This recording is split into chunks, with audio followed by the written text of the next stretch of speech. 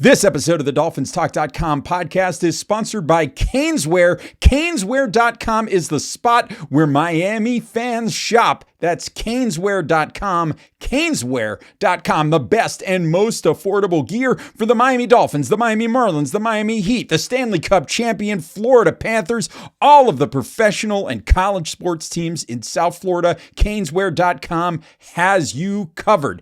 If you're in South Florida, you can visit the storefront at 2655 South University Drive in Davie. They ship internationally as well. So Caneswear.com, make it the place. It's the best and most affordable Miami Dolphins gear. That's Caneswear.com, Caneswear.com. And don't forget about Dolphins Talk Extra. Go to patreon.com/DolphinsTalk for additional Miami Dolphins content. You get extra access to our private Discord server. You get bonus podcasts covering the Miami Dolphins. You get off-topic content as well. We have live watch-alongs. We have retro rewatches where we watch old games and talk about them. We do off-topic shows. We have prizes, contests, all kinds of exclusive access only for Dolphins Talk Extra subscribers. So join us, patreon.com/DolphinsTalk. You can join the fun for as little as $3 a month. Head on over to Dolphins Talk Extra at patreon.com/DolphinsTalk. And now,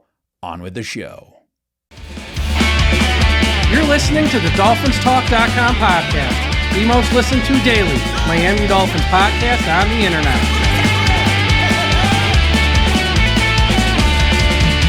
Miami's got the Dolphins, the greatest of all. Come on, Dolphins fans. Time to fins up. We're in the air, we're on the ground, we're always in control. And when you say Miami, you're talking to Bert Paul. Cause we're the Miami Dolphins, Miami Dolphins, Miami Dolphins number one. Miami Dolphins, Miami Dolphins, Miami Dolphins number one.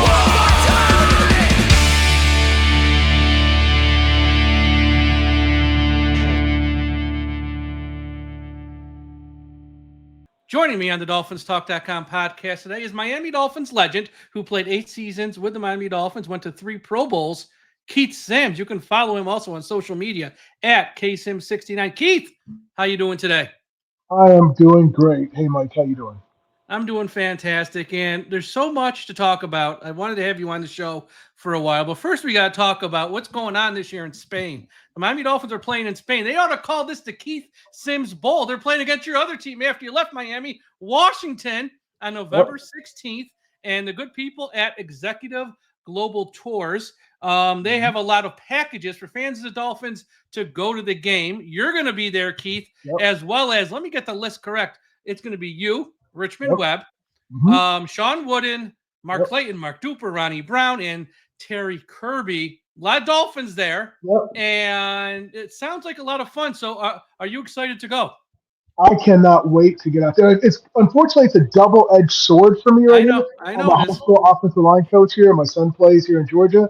And if we make the second round of the playoffs, it would be a conflict. And that'd be tough to be at that playoff game or be at that first ever Dolphin game in Spain. But I think I'll be in Spain for that one. Hopefully it'll be there. I'm really, really excited about the opportunity to go over there. I was blessed to be part of the first Dolphin trip when they went over and played the Giants in London. In fact, fun fact, I took my then girlfriend, now wife, with me on that trip, and we had a blast going there. Unfortunately, the Dolphins lost that game. But now to be able to be part of the second ever international regular season game for the Dolphins and the first one in Spain, and like you said, my 2 former teams going at it, I can't lose, even though I'd rather have the Dolphins win.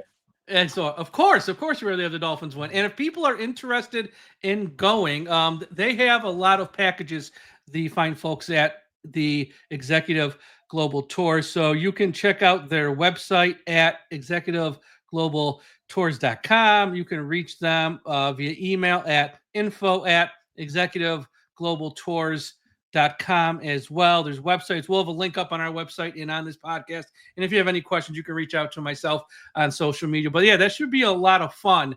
And those are 2 good teams. I think Washington's got a good young quarterback. Yeah, He's good. The championship game last year. They're definitely a team that's competing for Super Bowls. I know us Dolphin fans are ready for us to get back, not only get back into the playoffs, but but hopefully win a playoff game this year and go deep and make a little run. So it should be an outstanding football game to be out there. And there's going to be 3 or 4 days before the game where fans, if they book the trip, will have fun with us and have access to us, and we'll get a chance to do some golf, maybe go wine touring, sightseeing, really have a great time, as well as tailgating before the game. So I'm looking forward to having a great trip. And anybody goes along, I promise you will have a fantastic trip.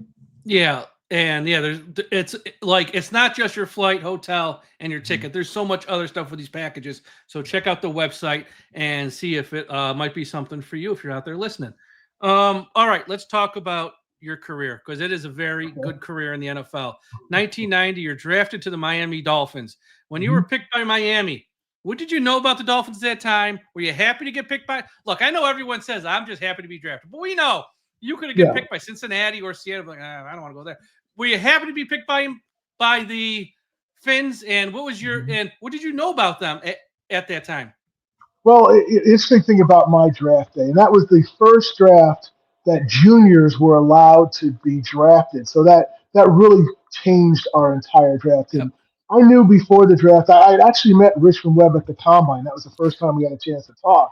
And I knew that Miami needed an offensive lineman. In fact, that morning of the draft, Coach Shula called me. I was at the hotel Marriott Marquis in New York, and he called and said, hey, we need offensive lineman. We think San Diego's going to take Richmond Webb at number 5.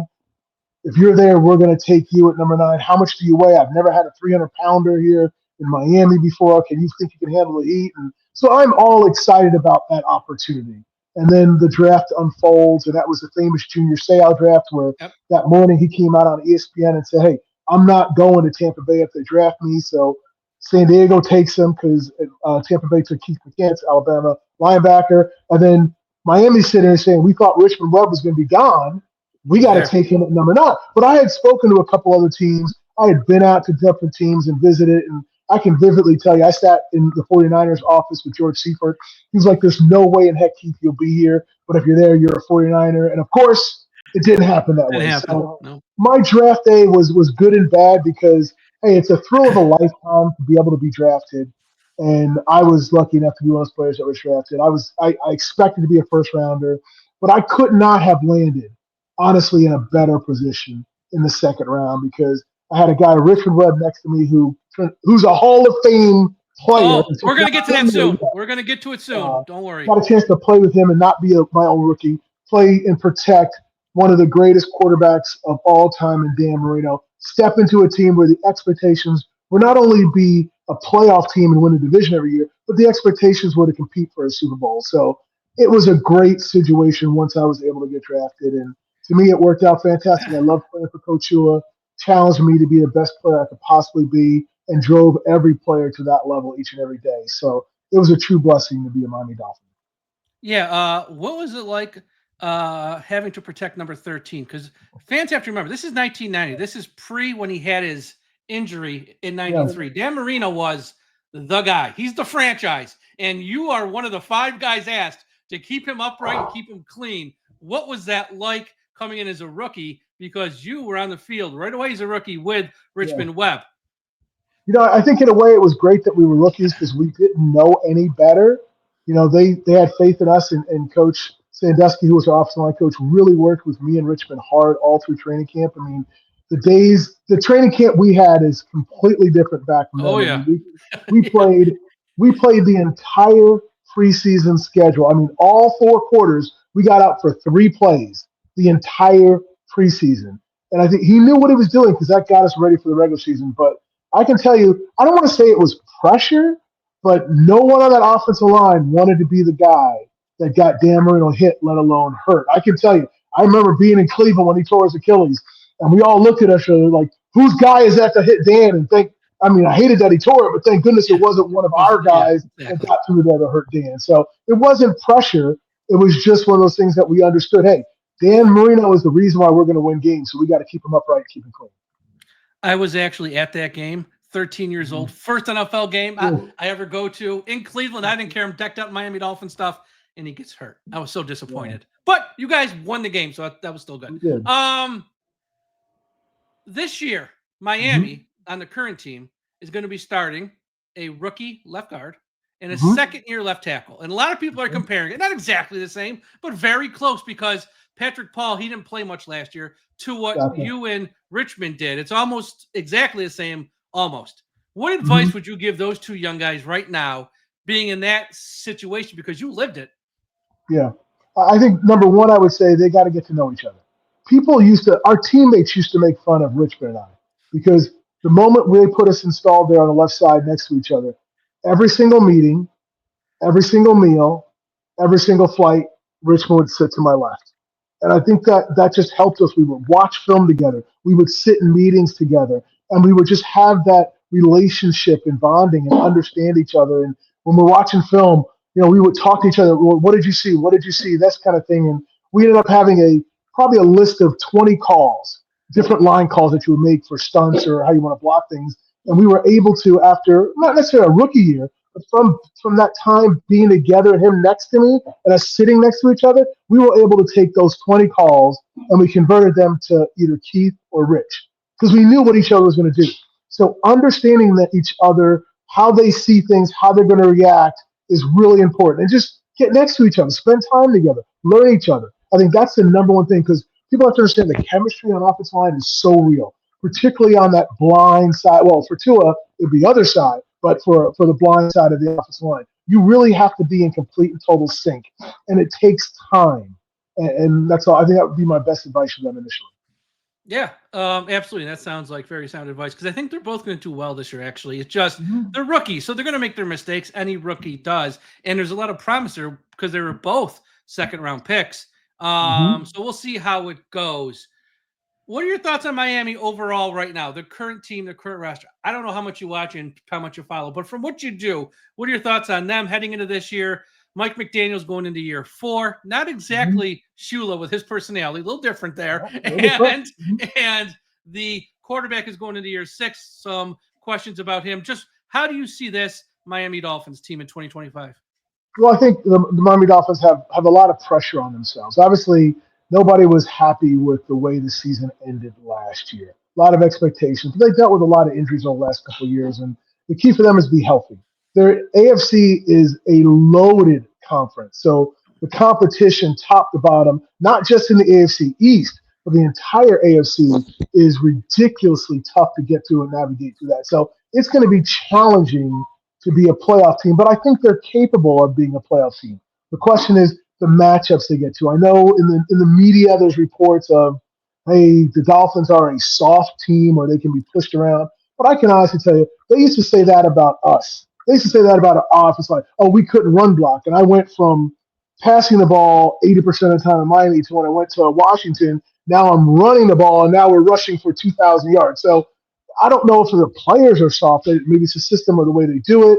But I think they have a lot to prove themselves. They made some changes in the offseason. Jalen Ramsey, Jonathan Smith's gone, that kind of thing. So it's an opportunity for some young players to step up in key roles, grow and mature, and hopefully get them to the playoffs a bit beyond there. And I know we all realize Tua's got to stay healthy. Offensive line's got to keep him upright. And we need a healthy Tyreek Hill as well to stretch that defense. And if things are clicking offensively, I think the sky's the limit for this team. But if they get a lot of injuries, it's going to be really, really tough for them.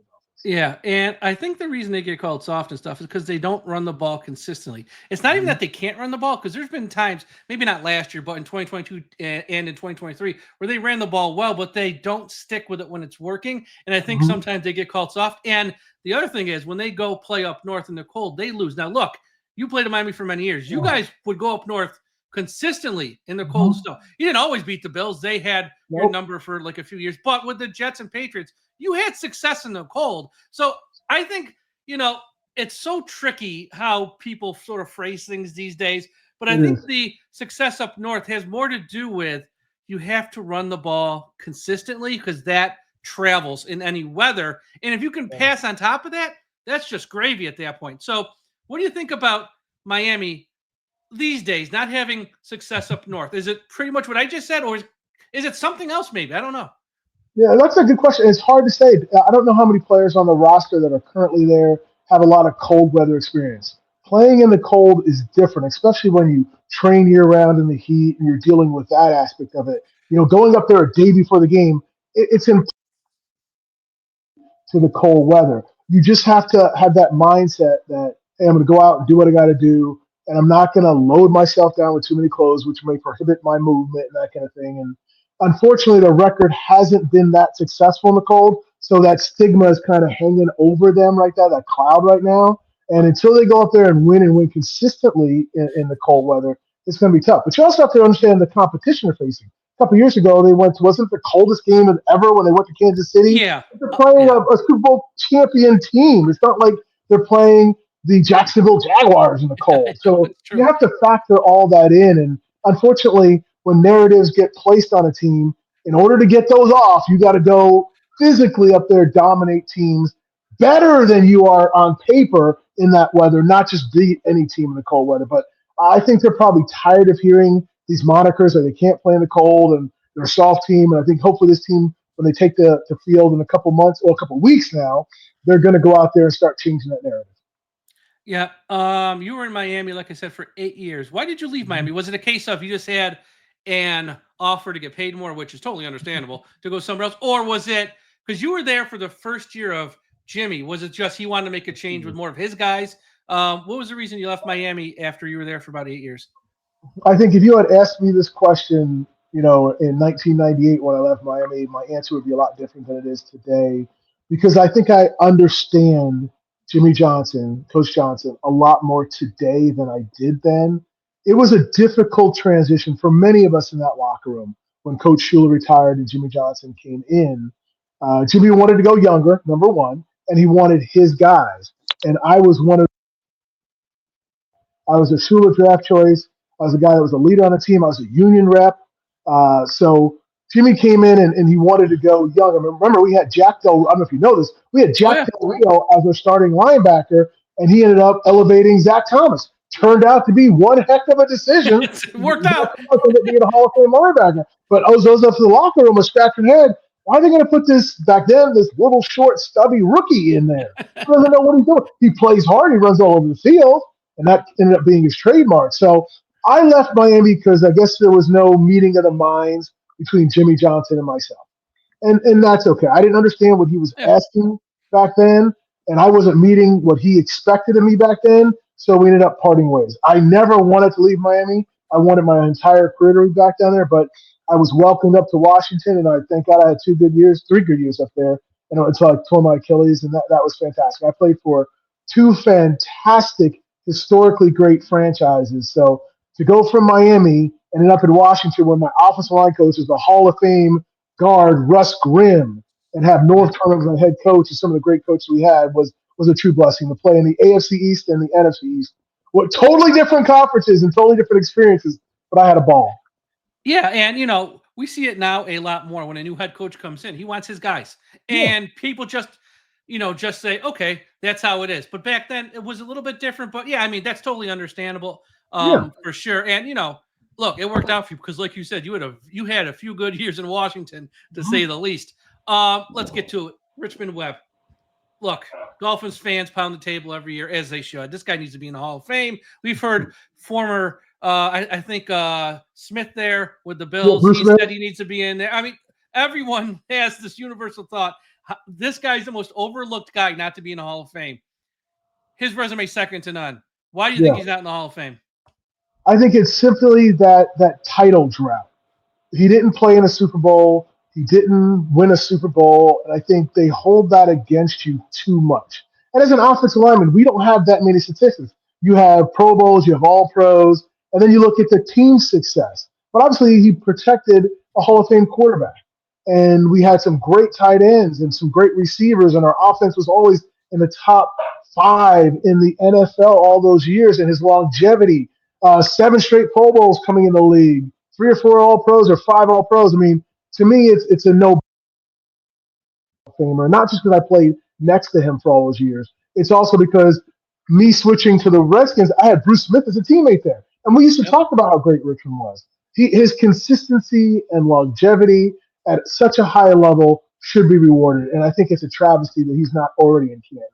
And he told me if he gets elected, he's going to throw the biggest party ever. So I'll be there when they elect Richmond Webb into the Hall of Fame. But it's got to happen. Hopefully this year will be the year. Yeah, he's the nicest man too. He's been Oh, on yeah. our podcast numerous times, and he's just so friendly, so kind. And look, he played in 184 games. He started 183 up until like his final year in Cincinnati, where he missed some games because he's a little bit older. He damn near played every game up until that final year. I mean, it is unbelievable that his longevity, all of the all pros and the Pro Bowls and stuff, that he's been overlooked this far. Hopefully someone will make it right. And if it's not the people who vote now, which are the writers, eventually when it gets to that senior committee, they will fix this wrong. And I think they will actually. But it might be a wait, which kind of stinks. But I think he's going to get in eventually. He has to get in. He deserves it. As we wrap up here, I got to ask you this, because every year on one day, I put something up on social media. And people go nuts when they see it. You always respond to it too. July 4th, 1993. The USS Intrepid. The Stars and Stripes Challenge. You get inside. Oh, this is the question people are going to go nuts for, Keith. You get inside that wrestling ring to try to body slam that no good Yokozuna with Mr. Fuji. Now, we want to hear the entire story. Who reached out to who? When did you get up there? What was it like? What did they tell you beforehand? What was it like afterhand? Who did you meet? Who was nice to you? Like, just tell us the entire thing of how that happened, because it was you, Jim Jensen, and Mark Higgs representing the Dolphins. There was a ton of NFL guys there, and there were some guys from the hockey and stuff. But tell us the whole story. First of all, it was a fantastic weekend. We had a great time. Completely first class. Flew us up first class, stayed at the Plaza Hotel. And just so you know, people, it was completely and totally scripted. Okay? We were told, when you go in there, make it look good, but please do not actually try to lift them. None of us wanted to hurt our backs or that kind of thing. We hung out the night before, the day before. We were all partying, having a really nice time. Randy Macho Man Savage and a bunch of these WWE stars. It was a great weekend. It was a great, fun opportunity. I mean, when I came down that walkway with all the people and you're on the aircraft carrier, I mean, couldn't have been a bigger and better show. It was absolutely fantastic. And I get crap from my high school players every single year when you post that. Like, Coach Sims, I didn't know you were a wrestler. I was like, that was my one forte in it. It was fantastic. I'm so honored they asked some of us to go out there, and like I said, all expenses paid. We had a phenomenal time, and it was a lot of fun. But we were not going to be allowed to lift him. No. No, absolutely. Yeah, well, here's the deal. First off, I don't know how many of you probably could have lifted him. That guy was like 600 pounds you guys are trying to lift, or like 550, 600. He was a big boy. And plus, for that to work that move, little, like, he has to help you. He just can't stand there. You're lifting dead weight. He's got to sort of give you a little lift and give you a little hop so someone can. So that was never going to happen. And I'm sure if anyone tried, he was probably going to give him a whack on the back, honestly. But that did look like so much fun. And every year on July 4th, when I post that, people go nuts. And the funniest one is Mark Higgs. God love Mark Higgs is great. He's 5 foot nothing out there and pick up this big giant of a human. Oh yeah, Mark. We had a great time with Mark, and I don't know how he got on the list, but hey, he did it. He had a great time, and like I said, we represented the Dolphins well. But it was fun. If you need us again, give me a call. Back hurts a little bit worse now than then, but I can definitely put on a show. Yes, some 30 years later. Let's run it back. All right. So Keith, Spain. November 16th, Executive Global Tours. The website's executiveglobaltours.com. If you have any questions, you can email them at info@executiveglobaltours. Yourself, Richmond Webb, Mark Clayton, Mark Duper, Terry Kirby, Sean Wooden. You're all going to be there. Anyone who gets a package, they have a few packages at different, because I know some people can't afford this, but they can afford that. They have a few packages that will probably fit if people are thinking of going, at least, which you can afford. And like you said, wine tours, hit the golf course. You guys are going to be interacting with everybody out there. Plus, your flight, your hotel, and your tickets to the game are included in the price. Sounds like fun. It is. And definitely, you can even give them a call at 914-979-2247 as well. Support the team. Once in a lifetime opportunity to see our Dolphins go out there, beat, I guess, my commander. Ever NFL regular season game in Spain. should be a fantastic time. And if you're anything like me, I took my girlfriend to the last time the Dolphins did this, and now she's my wife of 17 years. So look, it's a love story. Like It's a love story at the end of the day. It's not just football. It's a love story. Keith Sims, thank you so much. I wanted to have you on for the longest time. I really appreciate this. Everyone follow Keith on social media at KSims69. And when Richmond gets into the Hall of Fame, I'm sure we'll have you on again, and we'll have a blast talking about his career. And everyone, thank you for listening, and we'll talk to you again after a while. Take care.